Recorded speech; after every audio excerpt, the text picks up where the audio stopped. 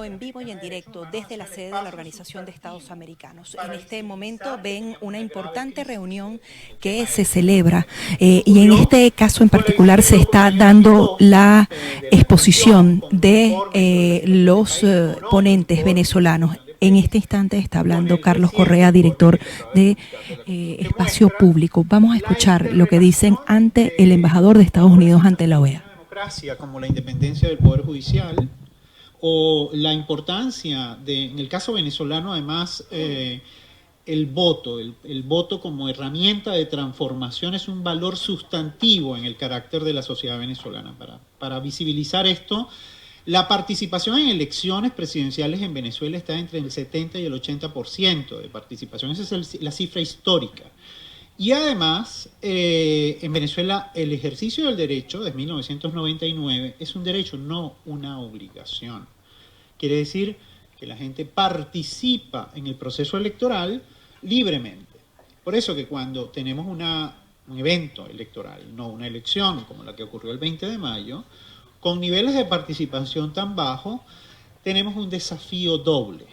¿Cómo preservamos ese valor de la democracia venezolana que percibe, que todavía se mantiene en la sociedad y al mismo tiempo es desconocido por parte del gobierno cuando no hace elecciones, sino hace eventos electorales? Entonces ahí hay un problema muy serio. Es decir, el carácter de la sociedad venezolana, el músculo democrático de la sociedad venezolana está demandando el poder ejercer el voto como herramienta de cambio en elecciones competitivas. El modelo político venezolano se basó en decir somos una democracia porque hacemos muchos eventos electorales. Y eso, por ejemplo, en el año 2015 se expresó con un parlamento que efectivamente respondía a las expectativas de los electores. Pero ¿qué ocurrió? Se desnaturalizó, se vació de sentido esa institución y además en Venezuela tenemos normalizado un estado de excepción. Es decir, un estado de excepción que está decretado por el gobierno venezolano desde el año 2015 y que tiene raíces mucho más largas en términos de los estados de excepción en la frontera. Entonces tenemos un evento electoral que no puede considerarse elecciones y que producto de la ausencia de independencia del Poder Judicial, producto de la disolución de las instituciones, del carácter democrático de las instituciones, tenemos una enorme crisis política, económica y social que tiene expresiones de diversa naturaleza, desde los problemas asociados al tema de la desnutrición, el problema de la salud, el problema de la hiperinflación. Estamos hablando de dinámicas de inflación por encima del 10.000%, esa es la estimación más conservadora para este año. Y se estima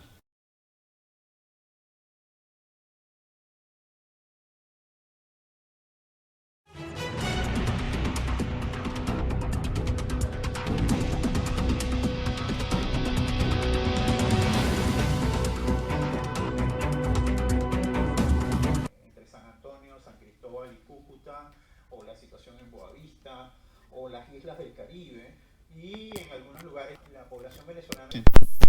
Esa situación de ausencia de mecanismos institucionales para resolver la crisis política que permita que tengamos deliberación y por lo tanto construyamos soluciones a la gravedad de los problemas del país, tenemos el otro elemento vinculado que es el tema de la enorme dificultad para la articulación en el ámbito interno, porque uno de los componentes vinculados a la democracia es la libertad de expresión.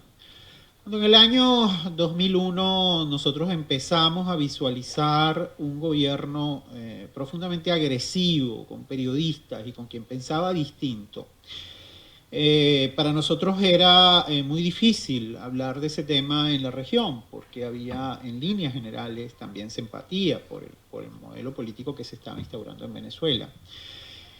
Entonces, pero para mí, y bueno, quizás es por el derecho en el que básicamente trabajamos, cuando se golpea la libertad de expresión es un termómetro de la pretensión de conquistar o de lógicas autoritarias vinculadas al poder, porque se destruye un elemento central de la democracia que es la deliberación.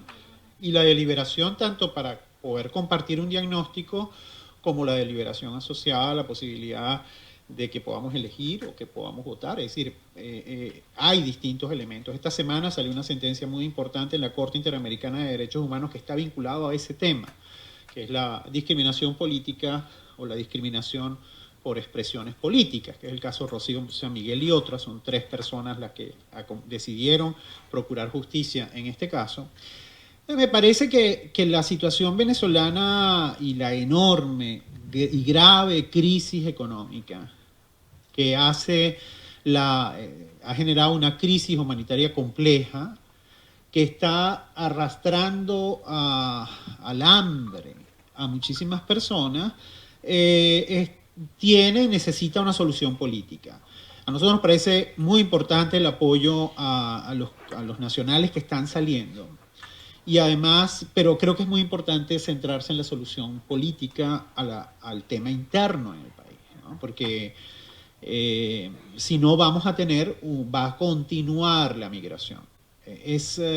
Para hacernos una idea, por ejemplo, además no solo eso, por poner un dato vinculado a la salud, el Plan Nacional de Vacunación este año solo alcanza al 11% de la población meta.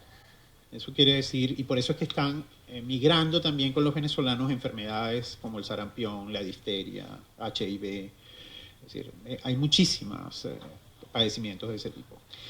La situación venezolana es una situación de gran incertidumbre en el ámbito interno. ¿Y por qué es de incertidumbre? Bueno, porque tenemos un sistema político inestable, no se ha resuelto la crisis política y no hay horizonte para la solución de la crisis económica y social. No existe en el ámbito interno eso. Y hay un problema importante que es, hay como una ausencia y voluntad de parte del gobierno de efectivamente construir alguna salida, es decir, la negación de la crisis humanitaria se traduce en que personas mueren. Es decir, no es que hay niños que están muriendo, hay personas que no están accediendo a tratamientos, hay personas que tienen enormes dificultades y además tenemos una dinámica perversa que es la utilización de la alimentación para la lógica del clientelismo político vinculado a lo que es el carnet de la patria y dinámicas de discriminación.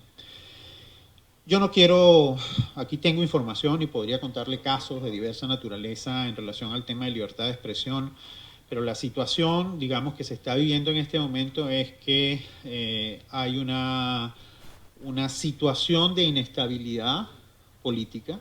Esa inestabilidad política abre y la ausencia de mecanismos reales de reinstitucionalización nos genera mucha incertidumbre en relación a cuál va a ser la situación en el ámbito de derechos humanos.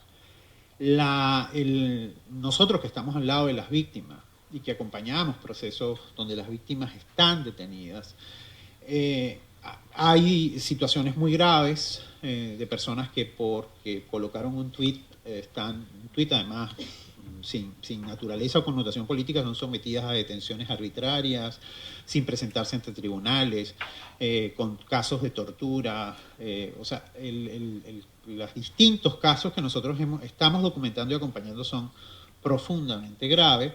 Entonces, un escenario posible es una dinámica mucho más violenta, mucho más compleja, y también el trabajo de los defensores y periodistas que hay en Venezuela, y líderes sociales y líderes políticos es cada vez más complicado y más duro. O sea, en Venezuela expresarse tiene un costo, y un costo en algunas ocasiones muy alto. Expresarse tiene dificultades reales y asociarse para tratar de defender determinados intereses también lo tiene. Entonces aquí hay un desafío. Yo creo que la región tiene la necesidad de construir mecanismos reales y concretos que permitan que efectivamente la democracia sea un valor compartido. Nosotros cuando empezamos a trabajar y a hablar en los escenarios internacionales decíamos, no está bien que Venezuela esté pasando esto, lo que está pasando en Venezuela, especialmente porque era el debilitamiento de los valores democráticos compartidos en la región. Por supuesto, la situación de Cuba es una situación grave y en algunas ocasiones se volteaba la mirada pero la situación venezolana tenía una enorme posibilidad de que se replicara. Pero la democracia necesita que efectivamente haya un consenso en la región en relación a esos valores. La tolerancia en relación a determinados temas, por ejemplo, las lógicas de reelección indefinida que se implementaron en la región, o la tolerancia en relación a gobiernos que colocaban castigos duros, fortísimos al ámbito de la expresión, la aceptación de que los entes electorales no tuvieran independencia, que las elecciones no fueran elecciones, la aceptación de las modificaciones constitucionales sin las diversas garantías, nos colocan en la necesidad de que efectivamente, o sea, la respuesta regional fue la Carta Democrática. Pero la Carta Democrática no ha podido activarse en términos concretos, o sea, se ha empezado el proceso, pero el músculo de la Carta no ha funcionado. Yo creo, y hay que tener respuestas inteligentes. Yo creo que la lógica, y hay que sencillamente pensarlo y pensarlo de manera estratégica. Hay siempre debates en relación al tema si la opción es qué significa un endurecimiento de las relaciones con hay las sanciones, por ejemplo, que se están aplicando. Desde la perspectiva del movimiento de derechos humanos, las sanciones individuales son un mecanismo válido, pero las sanciones que puedan implicar que el padecimiento de los venezolanos que están en Venezuela se agrave, no sé si va a contribuir a que tengamos una solución adecuada. Entonces hay que plantearse con mucho cuidado ese tipo de estrategias. Las lógicas, yo creo que hay que defender con firmeza los principios y valores democráticos y hay que tener habilidad e inteligencia para ver de qué manera efectivamente logramos cambios en Venezuela o para que sectores que quieren procurar el cambio en Venezuela se animen a hacerlo. Y que los cambios sean en favor de la democracia, no en favor de lógicas autoritarias y totalitarias, porque puede haber cambio. Y después el otro componente, que es para mí, y siempre que hablábamos con los colegas nicaragüenses, ellos decían y veían la lucha que teníamos en Venezuela como una esperanza en la posibilidad de revertir su propia situación. Ahora nosotros vemos con esperanza la situación que pasa en Nicaragua. Un poco por la línea de que efectivamente no es suficiente que haya elecciones. No es suficiente que haya elecciones, no es suficiente ni siquiera que haya prosperidad o relativa prosperidad económica. Al final tenemos entonces sistemas políticos inestables que se convierten en graves violaciones de los derechos humanos. Nuestro padecimiento, nuestra enorme crisis es que han cortado la posibilidad a la sociedad venezolana de debatir y construir soluciones a sus graves problemas.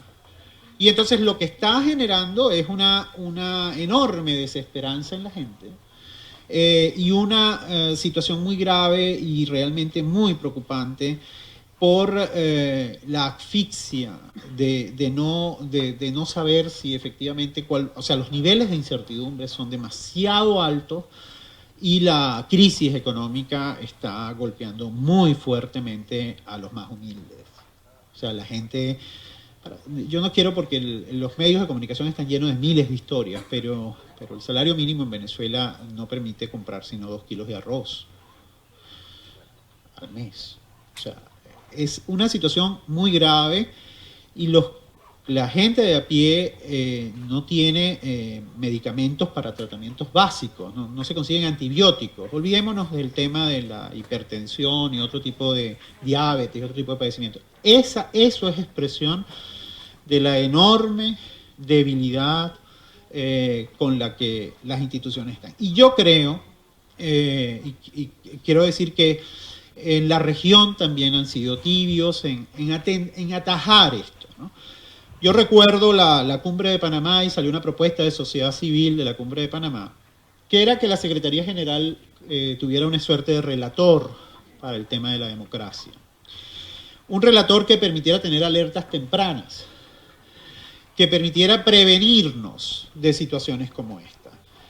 Y yo creo además que hay que planteárselo muy seriamente en un momento, como bien se decía al principio, leyeron su discurso antes y hablábamos de las elecciones en la región. Qué bueno que hay elecciones, pero no es suficiente.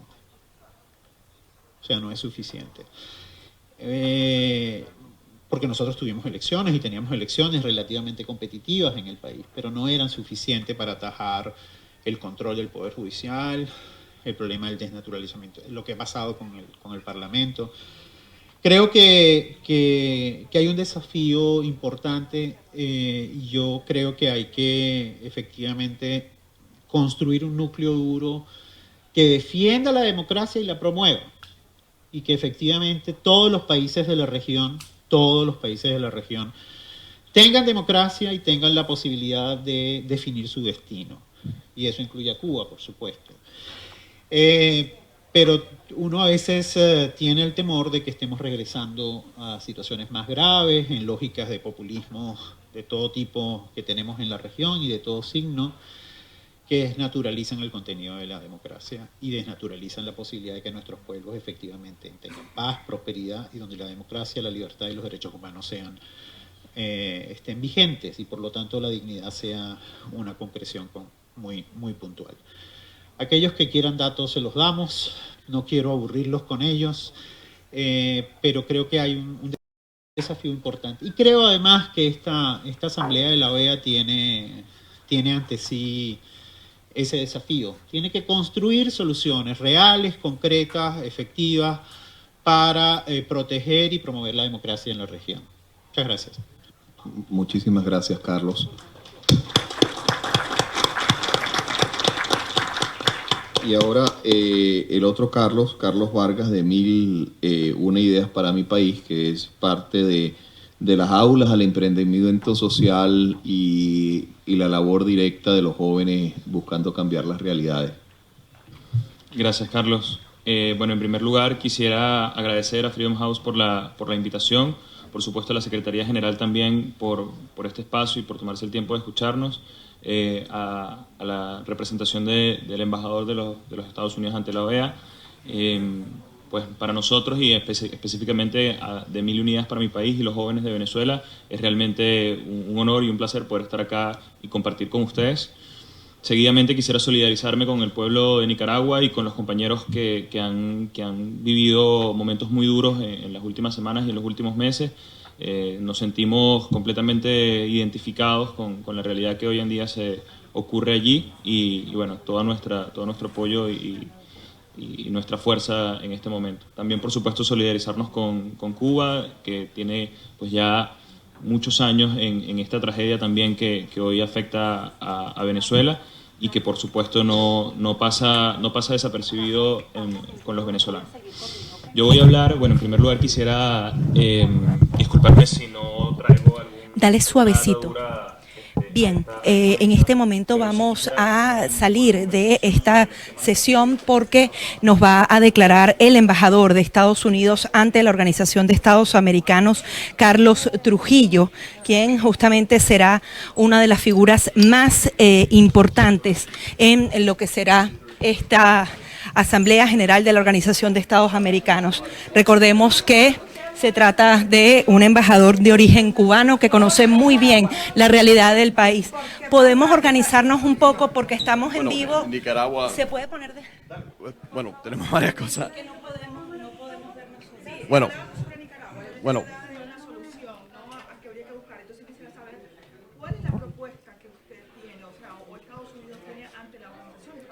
Bueno, tomando en cuenta los reportes de la CIH, tomando en cuenta todo lo que ha sucedido en los últimos 40, 50, casi 60 días en Nicaragua y a la misma vez la falta de instituciones democráticas que han ocurrido en Nicaragua es algo que nos preocupa muchísimo.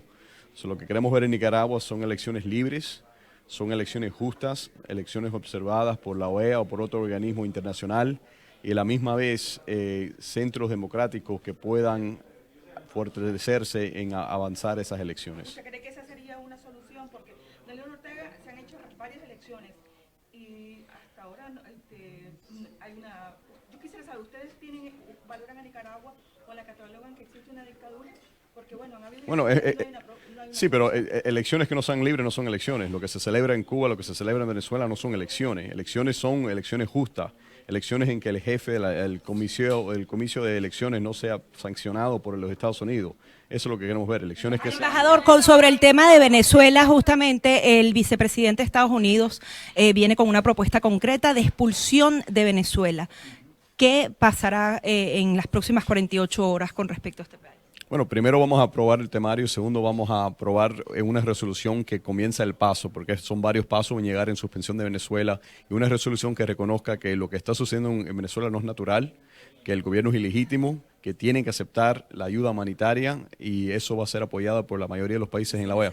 23 votos, ¿es posible? La primera parte para el temario son los 24 votos, que ya lo hemos conseguido. Para la resolución un mínimo de 18, y después de eso comienza el proceso de suspensión. Pero ¿cómo saben que van a tener hasta los 24, embajador? Porque hasta ahora siempre han sido en 2 ocasiones importantes los 19.